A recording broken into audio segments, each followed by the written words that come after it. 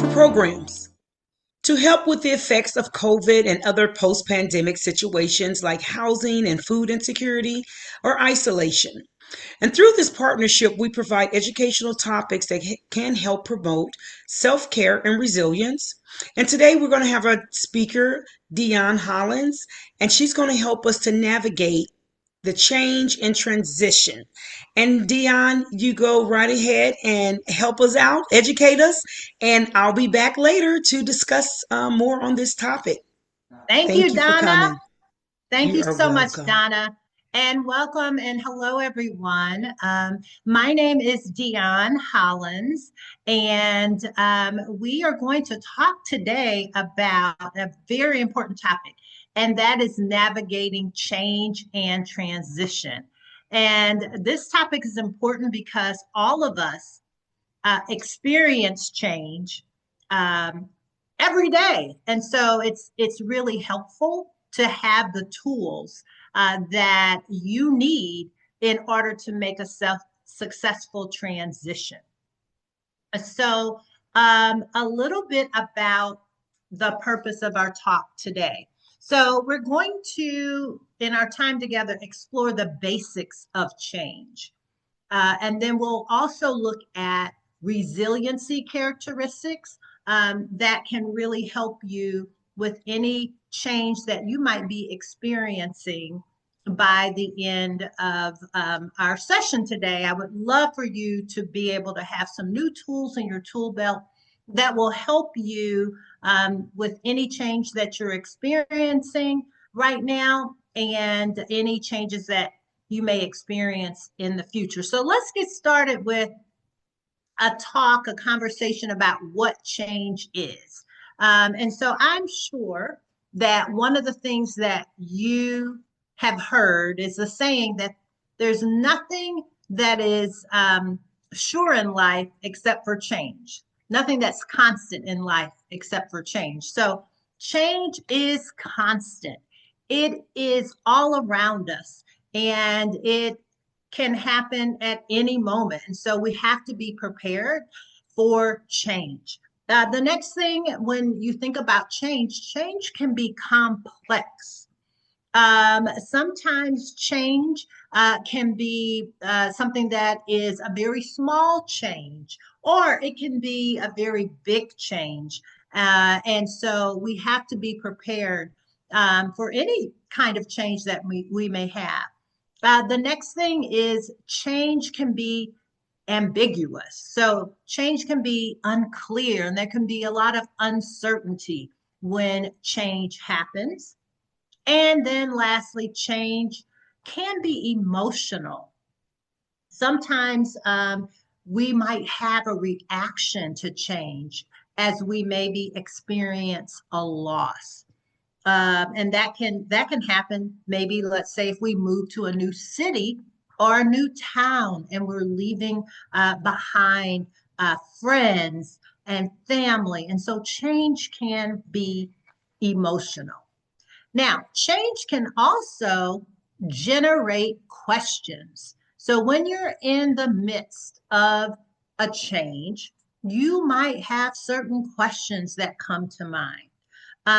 You may ask yourself, let's say if you are moving, maybe you've been in your home for decades and now it's time to transition into maybe a smaller home, or maybe even an assisted living um, place. You might ask lots of questions about how this change is going to work out, how it's going to impact you, what are the costs going to be. So there's so many questions that come along when we experience change.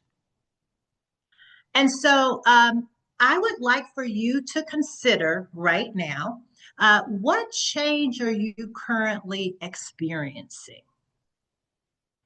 And what excites you or what concerns you about that change? So I'm going to give you, um, let's see, I'm going to give you a minute to think about that. So I would love for you to jot down some of your thoughts about the change you're currently experiencing and what excites you or concerns you about that change. So I'm going to give you 40 seconds or so to jot something down.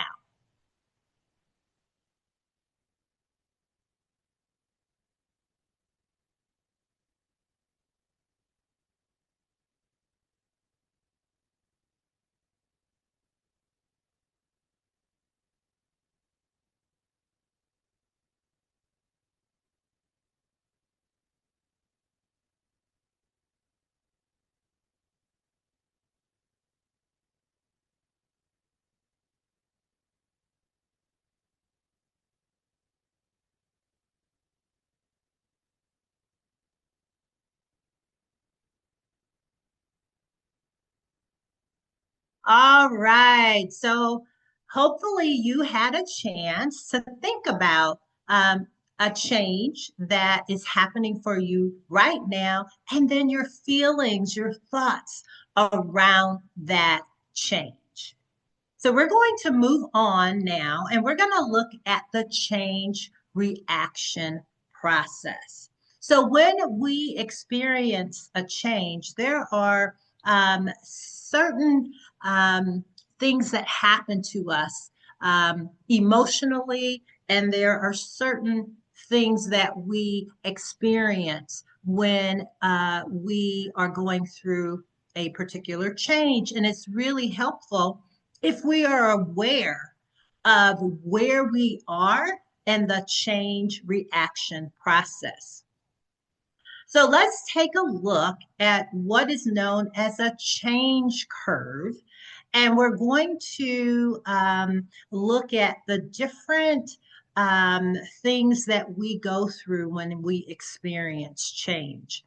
And so we're going to start on the left side of the change curve with shock and denial. So oftentimes when we experience change, and especially if it's a change that is difficult, the first thing that happens is we can be in shock, and we can be in denial. We can't believe that whatever that change is happening to us. So for example, think about a time when possibly in your career, maybe you lost a job, maybe you were laid off, and you couldn't believe it. You were shocked and you were in denial. And so these are very, very common emotions that we go through when we experience change. And I always like to talk about that because sometimes if you're not aware that these are common emotions, you might think, what is wrong with me? Why am I feeling this way? And so it's helpful to know that these are very normal feelings. So once we get through the shock and denial of a particular change, the next thing that happens is we can become angry. We can become frustrated. And so that, again, is a very normal experience. Let's say you decide to move. Maybe you've been in your home for decades and you decide, you know what? Um, this is just not working any longer. I really am having a hard time managing all of the repairs and, cutting the grass and shoveling the snow, and it's just so much. And so you could make that decision to downsize, um, but but at the same time, you could be frustrated about that decision, having to make that decision, or angry about that decision. And then that leads to the next phase sometimes that we experience. And that is after we get through the shock and the denial and the anger, we can actually become depressed. And this is really important for us to recognize. Maybe we don't feel like doing some of the things that we would normally do. Um, and so if we become depressed, we need to recognize that so that we can get some support. So that is the left side of the change curve. Now we're going to move to the right side of the change curve. And as we move to the right side of the change curve, we experience, we're moving towards accepting the change. We're moving towards um, committing to the change. So that begins with experiment. So you can see that particular, that's the next step. And that usually involves exploring the change and thinking about, okay, let's consider how this move might be helpful.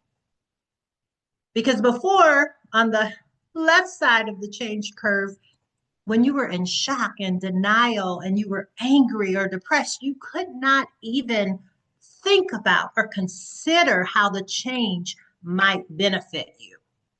So once we start exploring the possibilities, then we can move to having more positive feelings about the change. So we move to decision.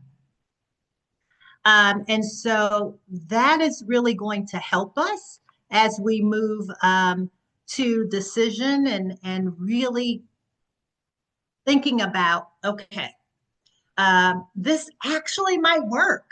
This actually might not be as bad as I thought it would be. And then as we move to the final stage of change, we move to integration. And that is when we are really committing. We are really committing to the change, and we're feeling more positive than ever. So here's the thing that we have to consider and keep in mind as we go through these different stages of change, these different emotions. It takes time. Now, some of us might find ourselves moving through this process pretty quickly. And others of us may find that, oh my goodness, I have been stuck in denial and frustration for a long time. And so it just depends on what that change is. And it depends on, maybe even our own personalities and how we typically handle um, adversity or we handle change will determine how long it takes us to move through this process. So I'm going to give you another time to reflect, to pause, and I would like for you to think about where are you? Well, I would like for you to go back and think about the change that you identified earlier that you are experiencing right now. And I would like for you to consider where are you in the change process? Where are you? Are you on the left side of the change curve? Are you in denial? Are you frustrated, angry? Are you on the right side of the change curve? Are you exploring what that change might look like? Or have you fully committed to the change? And then, depending on where you are in the process, I'd like for you to think about what do you need to reach the next stage? So let's say that you're angry right now, and let's say you identify in this 1 minute, this time to reflect. Maybe something comes up for you, and you realize that you're really struggling with the change, like really struggling with the change. So, what would it take for you to get to from depression to experiment? What would that look like? So I'm going to give you a minute to jot down some thoughts about these two questions, and then we'll continue.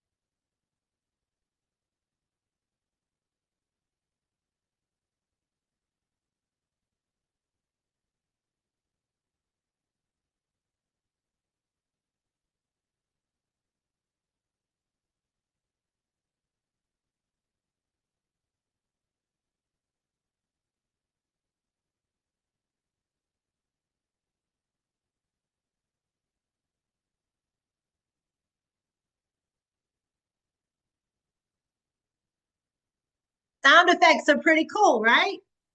All right. Well, I hope that you've had a chance to think about where you are in the change reaction process and what you need to get to that next stage. So let's take a moment to review where we have been and then where we're headed. So we started talking about the basics of change, what change is, what it looks like. And then we moved to the change curve so that we had a discussion around what does it look like to move through the different stages of change. And so now we're going to move into looking at how being resilient can really help you when you experience change. So let's start by talking about what is resilience. So, when I say resilience, what I mean is your ability to recover when change happens. So, when you experience a change, how long does it take you to bounce back when you experience adversity or challenges? And so, there are some resiliency characteristics that can really help you bounce back from those challenges. And so we're going to talk about 5 characteristics that can really help you when you experience change to be more resilient. All right. So let's start with being positive. When you are in the midst of a change, remember the change curve when we talked about it starts with on that left side, it starts with denial and anger and frustration. So imagine how having a positive outlook can help with that. So it's really important to have a positive mindset, to look for the good. So that's the first characteristic. Let's talk about the next one, being focused. So remember, I said that change can be complex. So when you are in the midst of change, it's really helpful to focus on one thing at a time, figure out what the priorities are, and focus on those in a structured manner. Because if change can be complex, that means there could be a lot of moving pieces. So it's really important to stay focused on what's next. The next one, being flexible. So it's really important during change to be open, to be flexible, to take things as they come, to not get stuck in this is the way it has to be done. That is going to help you bounce back if you are able to remain flexible. And then I think organized and being focused kind of go hand in hand. So if change is complex, it's not only important to be focused and set some priorities, but it's also important to be organized because of all those moving pieces. So set yourself up a system, um, some structure to remain organized. And then lastly, be proactive. If possible, stay ahead of some of the moving pieces that are coming up. Look not only at what's happening the next day, but maybe try to look further out so that you can stay ahead of everything that's going on. So if you keep these 5 resiliency characteristics in mind when you're experiencing change, be positive, focused, flexible, organized, and proactive.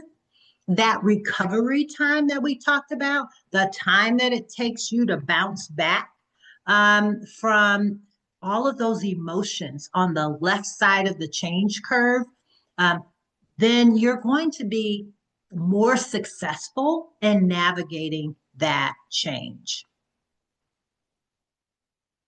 So, as has been our practice in this session, this is your last opportunity to take some time to reflect.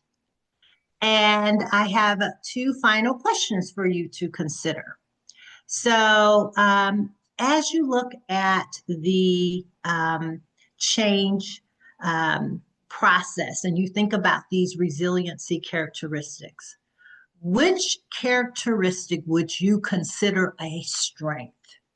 So, in other words, when you are experiencing change, which of these 5 characteristics do you rely on most? Which comes pretty natural to you?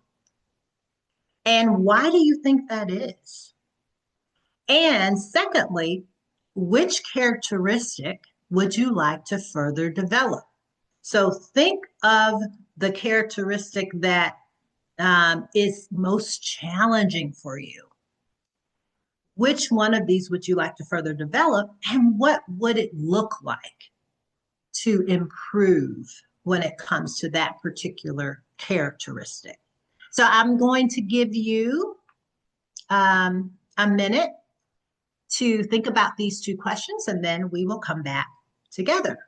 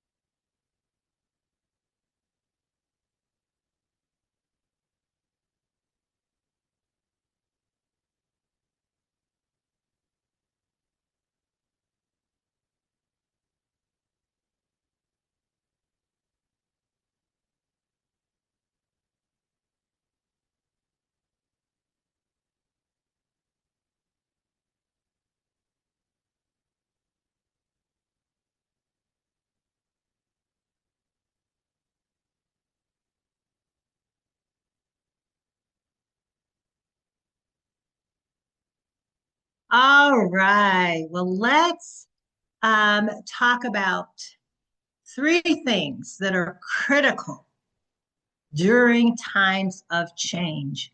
And that is overarching is taking care of yourself. So when you are experiencing change, it's so important that you take care of yourself. So what are some ways that you can do that?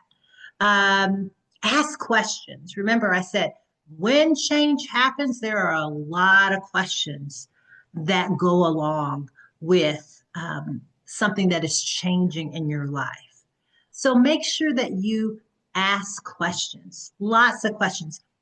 And thinking about those resiliency characteristics that we just talked about, you can organize those questions by writing them down, having a notebook, where you can keep all your questions in one place so that as questions come up for you, you have a place to write them down. And then as you have questions, you need someone to talk to as well. So you might find someone that can answer some of your questions that require maybe someone to have a particular expertise in an area. And you may just need a friend to talk to, someone that you can be open and honest with to share how you're feeling. Sometimes that is what can help you move from the left side of the change curve where you're experiencing those emotions that are very difficult, like anger and depression. And you can move to the right side where you're actually exploring the change and committing to it, all because you had someone to talk to and someone that was willing to listen. And sometimes we have to admit that we don't want to ask for help. We don't want to share what's going on with us because we may think that someone may judge us or something like that. But it's really important to find that trusted person or persons that you can talk to. It can really, really make a difference. And then allow yourself time. It takes time to move through the stages of change. So show yourself grace, show yourself kindness, and allow yourself the time that you need to move through the change process.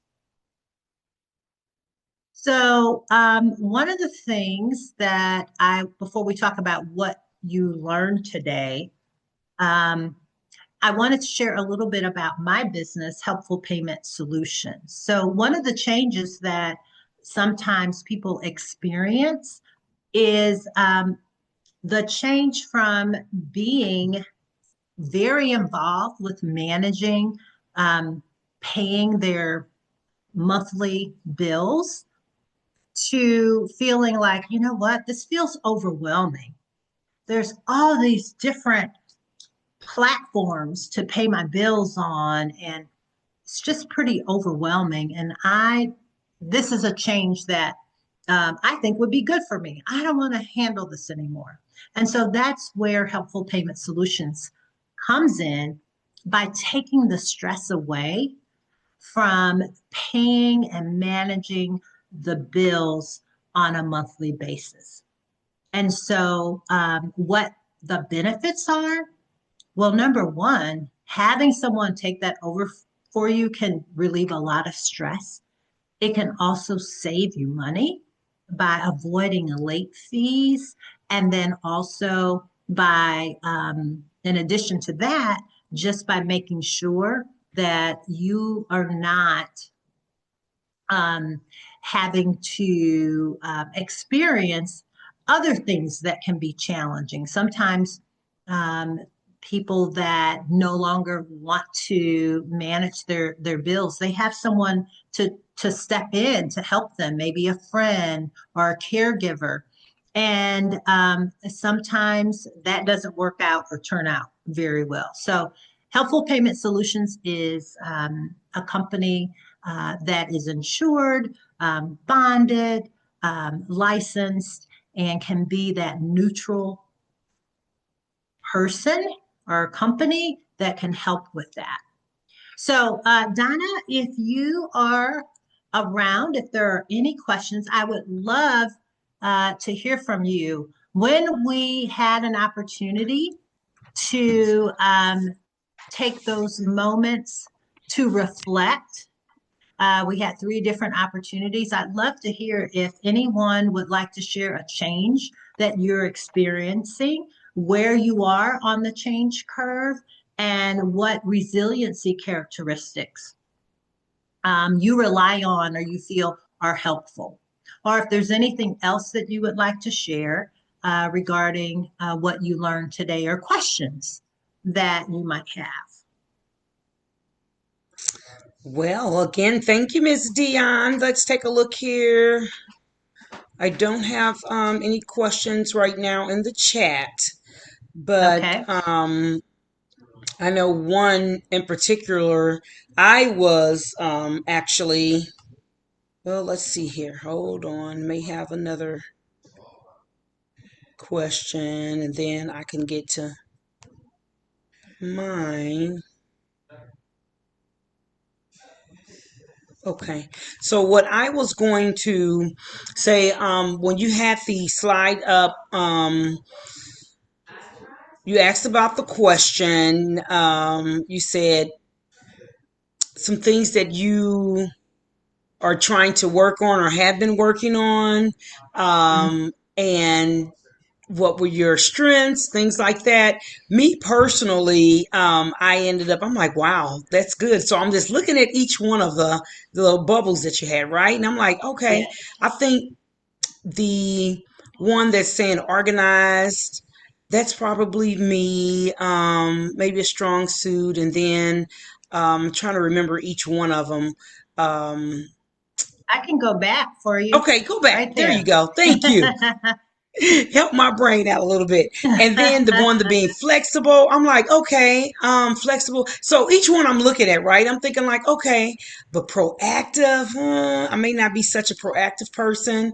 Then I just started actually reflecting on each one, and I'm like, well, flexible, sometimes maybe I'm not so flexible because I'm the type of person that like redundancy. And when it Hmm. comes to work, I'll put it like that. I like to Yeah. doing the same thing. Like to know what I'm doing, when I'm doing it, and just keep going, right? But if a Hmm. change comes or somebody say you do it different, I'm like, it's like it takes energy out of me, right? Yeah. But at the same time, on the flip side, outside of work, just my regular lifestyle, I like change. I like stuff to be different, you know? Yeah. And when things are the same mediocre type way, I get bored.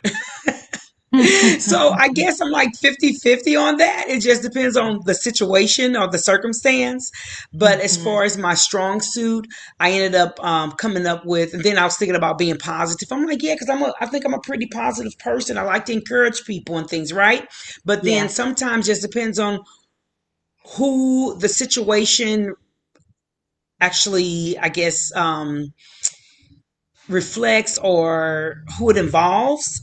Yeah. Um, I will sometime because I'll go to God in a heartbeat and I'll start praying, for my strength and so that I can remain positive on things. But sometimes I will get in a slump if depending on what it is, especially if it's some kind of bad news. I'm like, oh my, I start thinking like the worst of worst, and Hmm. sometimes it takes me a moment, or I may have to hear something from somebody else to help me to encourage myself.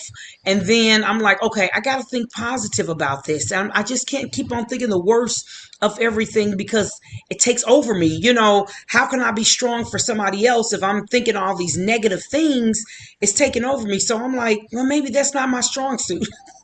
Yeah. So I went back to being and then focus. Oh my God, I am like today. It was like I started off doing one thing, and it's like every time something else comes up or I get a phone call that throws me off, I'm like, hold on, I'm just bouncing, right? So I'm like, that's not me. Let me go Hmm. stick with the organized, because when it comes to organization, I like to know what I'm doing. I like to have a plan. I like to time stuff. I like to, even though it may not be verbatim everything that I'm thinking or the way I want it to be, because at all times you can always have, you have to leave room for something veering off or is not really going the way you want it to go. So Right. but for the most part, just say, how one time I heard somebody say, they put all their mail or something on their table, okay, have Right. stacks of Yes. papers, right? But they know if this particular piece of paper that they're looking for, a particular piece of mail, they know they can go right back to that table and they can find it, because guess why? Even though it looks cluttered and junky to somebody else, but to me, I know where it is and how to find it. I think Hmm. that's me too. Not every single thing is, when I say organized in a neat fashion or orderly fashion, but it's organized to a point or a way that I can find it. I know what I'm doing.